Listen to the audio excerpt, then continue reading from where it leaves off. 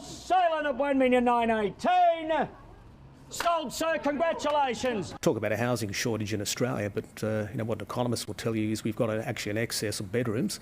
They're just not in the right place. What does a surprising shortage of three-bedroom apartments tell us about Australia's worsening housing crisis? Hello, I'm Rebecca Jones and welcome to the Bloomberg Australia podcast. Today on the show, one reporter's quest to buy a bigger place to live reveals a new complication in what's already a very complicated property market. Swati Pandey writes about the economy for Bloomberg and she joins me today. Swati, it's always a pleasure. Hi, Beck. How are you? Very good. Now, Swati, you have recently made the brave decision to take on one of the world's most formidable housing markets, starting to look to buy an apartment in Sydney. Tell me about it. So I wanted to upgrade to a three-bedder from a two-bedder, and I wanted an apartment because even though I've lived in Australia for almost a decade now, I'm still a Mumbai girl at heart, so I love my apartments. And when I went out to see these properties and the properties that I liked, I went for inspections.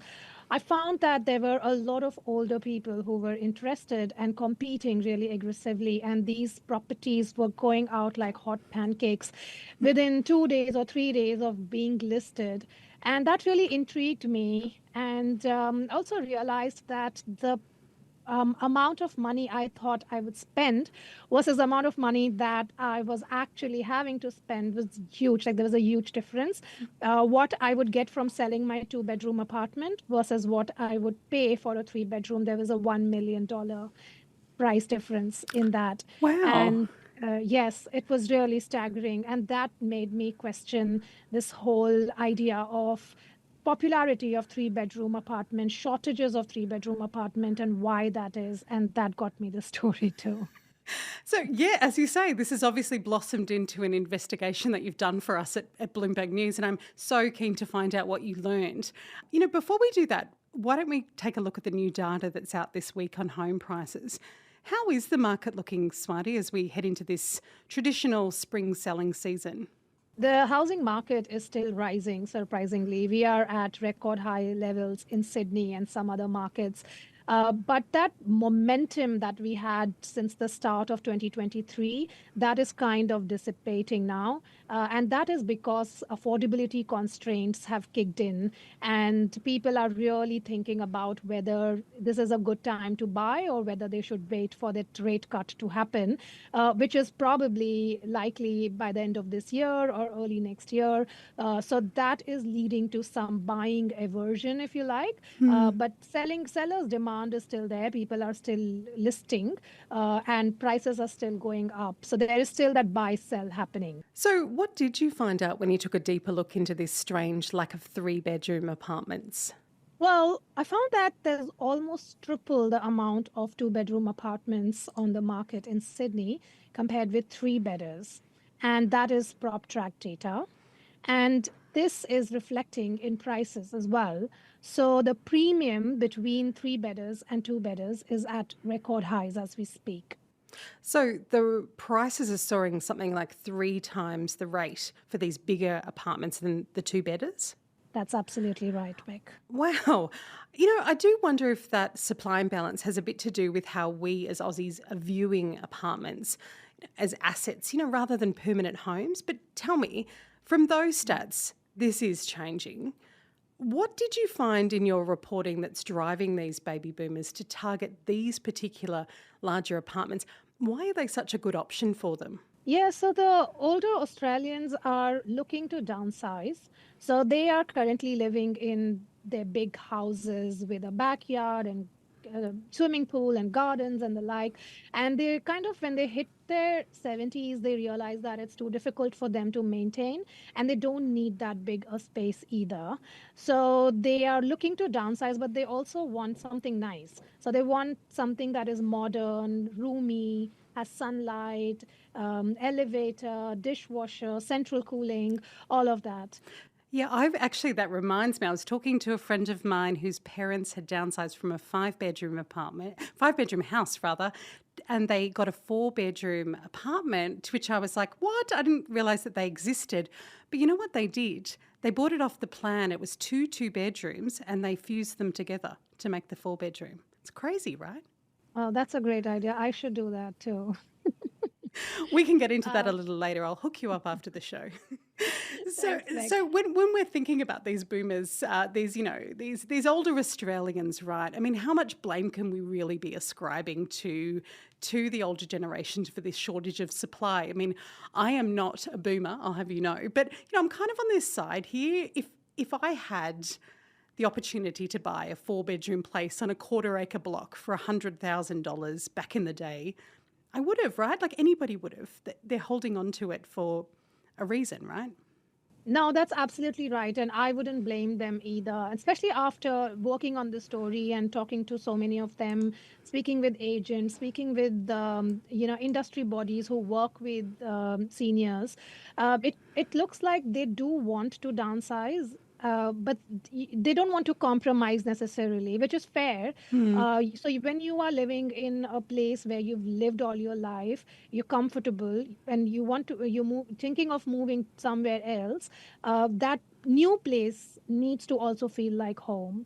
And that is where the gap is at the moment in the market. We are not providing that to our retirees who want to downsize, and which is why we are in a way not making way for those houses to become available to younger families then. So it's kind of like it's part of the problem. I won't say this is the problem that is in Australia's housing market, but it's definitely part of the problem. If we create a product for retirees, they downsize and then they make their place available for younger families. Why are they such a small slice of the market if they are so sought after? Look, from my understanding, it is a more recent phenomena, this change of demography that is happening in our country. Because when you are in your 60s, you probably still feel young and you feel like you can look after your big house and you can still do the gardens and everything. But when you start hitting that 70-year mark, that is when you then realize that, okay, this is not something that I want to do. So as that demography is changing in the country and we are seeing more young families as well getting into the market, and house prices are becoming a lot more expensive, so there is that demand shifting towards apartment, and when newer modern apartments are nicer as well to live in, so it's kind of like a combination of factors. So it's kind of like a new phenomena that we are seeing, and I'm sure developers will catch up to it. They will latch on to it at some point. Right now, we are seeing that 3-bedroom demand in the premium category. So 10 million, 15 million, $20 million 3-bedroom apartments. But it's not in the more kind of affordable. Affordable is not the right word when we're talking about $2 to $3 million. Well, the $20 million mark, I mean, I could be wrong, but that's probably out of your budget working as a reporter at Bloomberg. But look, I mean, you spoke to downsizers for the story that you've done, Swati. Tell us about that. What sort of insights did they give you out on the trail as you've been the last couple of weeks? The two things that really stood out for me, one was that I had not expected these people to be the actual buyers. I actually thought that they are there on behalf of their kids, and it's for the bank of mom and dads. So I was wrong there. When I spoke to them, I realized that they are the actual buyers. They will actually live there. The second thing was that we assume that these guys have a lot of money because they have bought their property in the 70s and 80s and they are selling their house. But more often than not, the property that they are selling has not been renovated for decades. And they are not premium sought after properties. Whoever buys it will have to renovate it. And given the housing shortage and the skills shortage and the tradie shortage that we have right now, people don't want to do that. So they are not really fetching the high price for their old house that we assume that they might be getting. But then they have to pay premium for these new flashy 3-bedroom apartments. So at the end of it, they don't really have that big pot of money left that they think they will have. So that was quite enlightening for me as well. So they also have to compromise. So the couple I spoke to compromised, and instead of buying a 3-bedroom, they ended up with a 2-bedroom place. When we come back, we'll have a look at what property developers and others are trying to do about this phenomenon. They call us boomers because we boom. We don't know how to use Zoom. I've got 4 houses and 3 of them have an extra guest room. We own a same as Welcome back to the Bloomberg Australia podcast. That was a satirical take on the baby boomers' impact on the housing market from the feed on SBS. But Swati, you know I'm a card-carrying Melbourneian, and like anyone from Melbourne, we do tend to feel that Sydney thinks it's a bit special. So I've got to ask you, is this just a Sydney problem, or is it playing out in other markets too? If we look at Australia, then it is an Australia-wide problem. It is not a Sydney-only problem. It's kind of playing out a lot more in Sydney because this is our most expensive market. And also the geography of Sydney is kind of makes it harder.